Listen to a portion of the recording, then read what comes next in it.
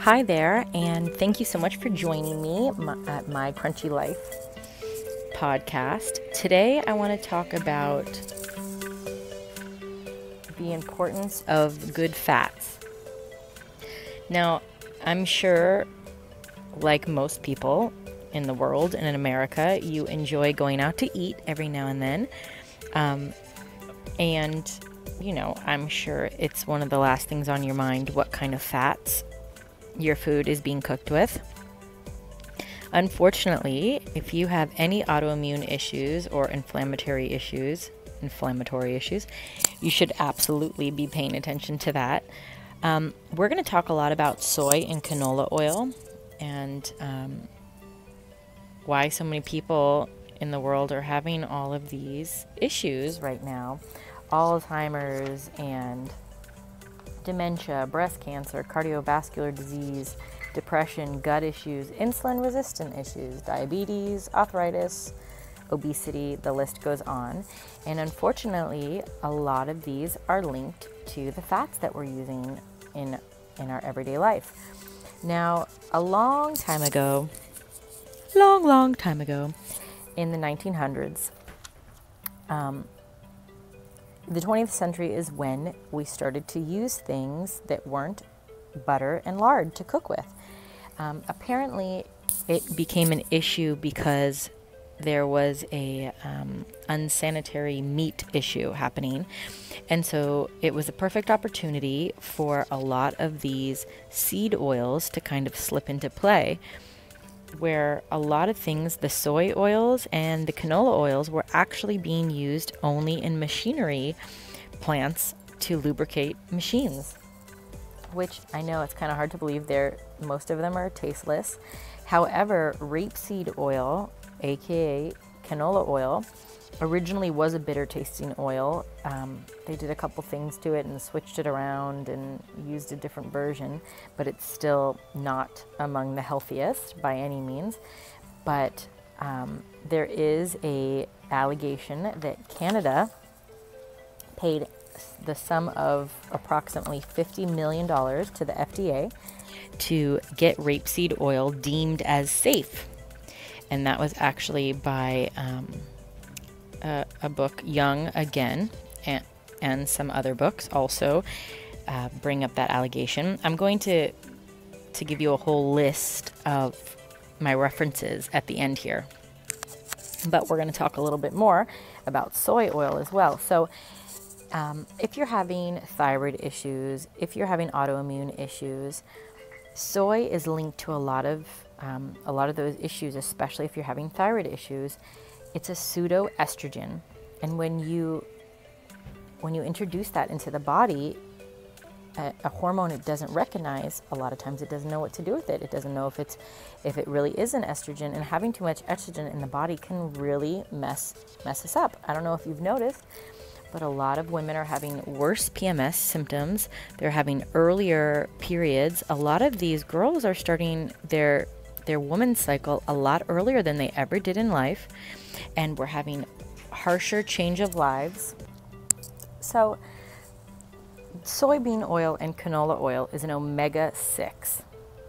Now, I'm sure you've heard of omega-6s, and having a little small amount of them is essential to our bodies. But what happened was we got quite out of balance.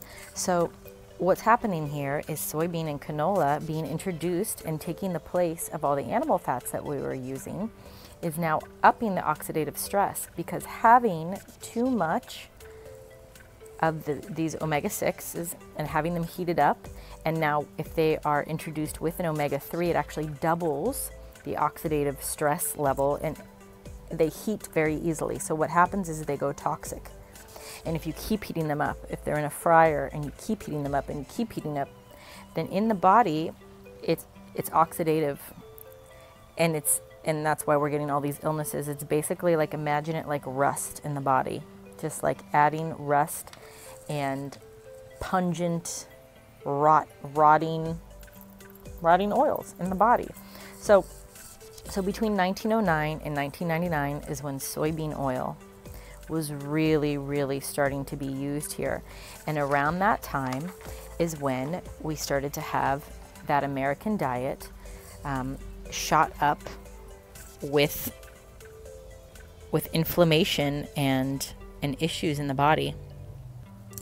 See, the omega-3 and omega-6 ratio should be 1:1 to 4:1. And what happened is the American diet shot up to 5.4:1 and 9.6:1, which is extremely dangerous. And all of this created inflammation in the body, and they're all highly inflammatory. So what's happening here is now we've got all these imbalances, and those imbalances are leading to all those issues we talked about: Alzheimer's, dementia, cardiovascular disease, cancer, breast cancer, depression, gut issues. Not to mention, now we know that leaky gut issues are coming a lot from GMO foods. We know they're coming from foods our body can't digest, which are making micro tears in the stomach lining and in the intestines, which is allowing bacteria and parasites into our bloodstream, which is making us ill. Now, like we said, a lot of that's coming from GMOs. Well, soy and canola are extremely GMO food. It's a theory that even organic soy and canola is still GMO, which, that's a scary thought. So what can you do? Well, I mean, staying away from these type of oils is obvious, right? So if you go out to a restaurant and you get your food grilled and you ask them not to add oil unless it's butter, these are things that a lot of nicer restaurants can do. Obviously, avoiding fried foods is huge, and there's a lot of reasons to avoid fried foods. Olive oil, coconut oil, fish, butter, animal fats, tallow is really making its way back. There's some really nice brands that people are using instead. These are nice ways to get your good fats in a proper balance. There's the top 3 oils that are used in our country and around the world are canola oil, palm oil, and soy oil. Now, soy oil and canola oil are the 2 that are really, we've got the machine oils, and now don't get me started on palm oil. If you Google orangutans and palm oil, they are going extinct because of this cheap oil that we're using, and you can find it in even some of the really nice organic stuff. When I was buying some baby formula, because at some point I had to supplement with my first baby. I didn't with the second, but the first I did, and I would find it was even in some of the organic formulas I was using. And when I looked up the side effects, it showed that a lot of babies were having, quote, soapy guts, quote. So it was giving them stomach issues. Now, a lot of babies can't digest soy, and they can't digest cow milk anyway. So now you're introducing an oil, a cheap oil, that's also making it hard to digest. It's just depressing. My little baby had such a hard time with formulas, and unfortunately at the time, I had an issue that didn't allow me to make proper milk. So going back to some of my quotes here, even the Wall Street Journal in 1995 linked canola oil to lung cancer. Of course, they're calling it rapeseed oil. Now, rapeseed oil is just another fancy name for canola oil, and apparently it's very big in Germany as well.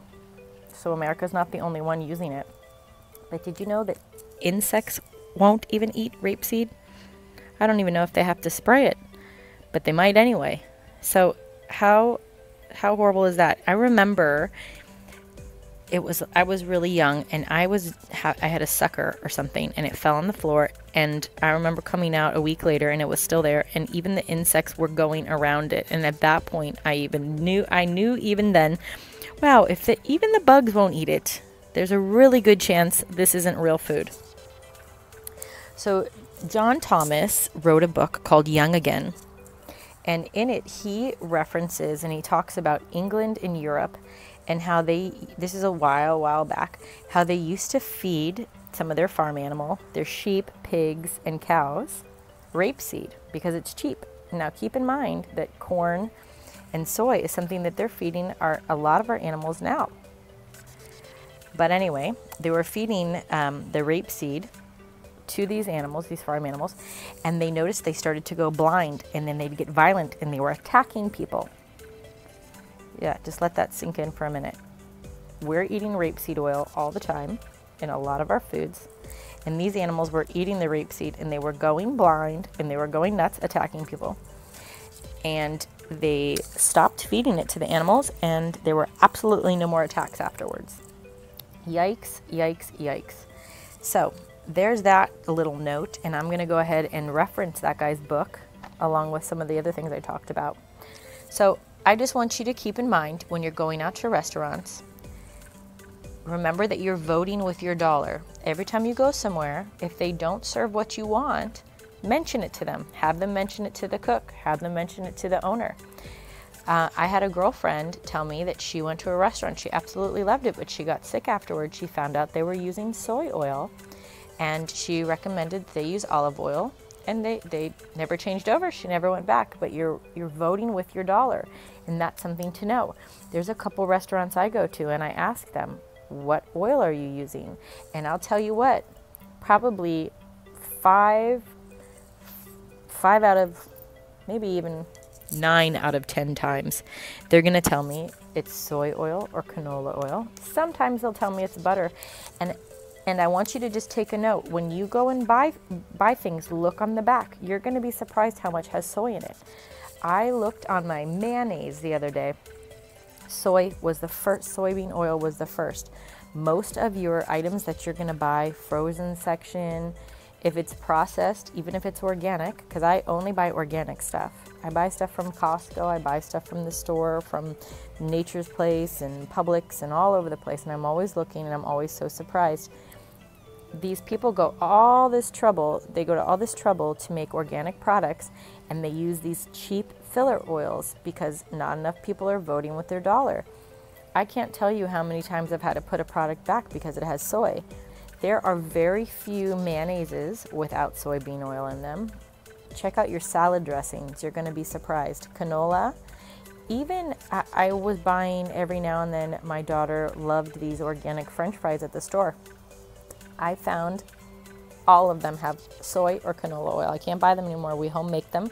So processed foods, they are using these cheap oils. So anyway, I just wanted to give a little blurb about this because it is super important. They're linking canola oil to cancers left and right now. You can research for yourself. Don't take my word. Remember that I'm not a doctor, and this is my opinion and my personal experiences, and that I love to share with you. Please leave me a note at something that you would like to hear or any references you'd like me to see. And thanks for checking us out.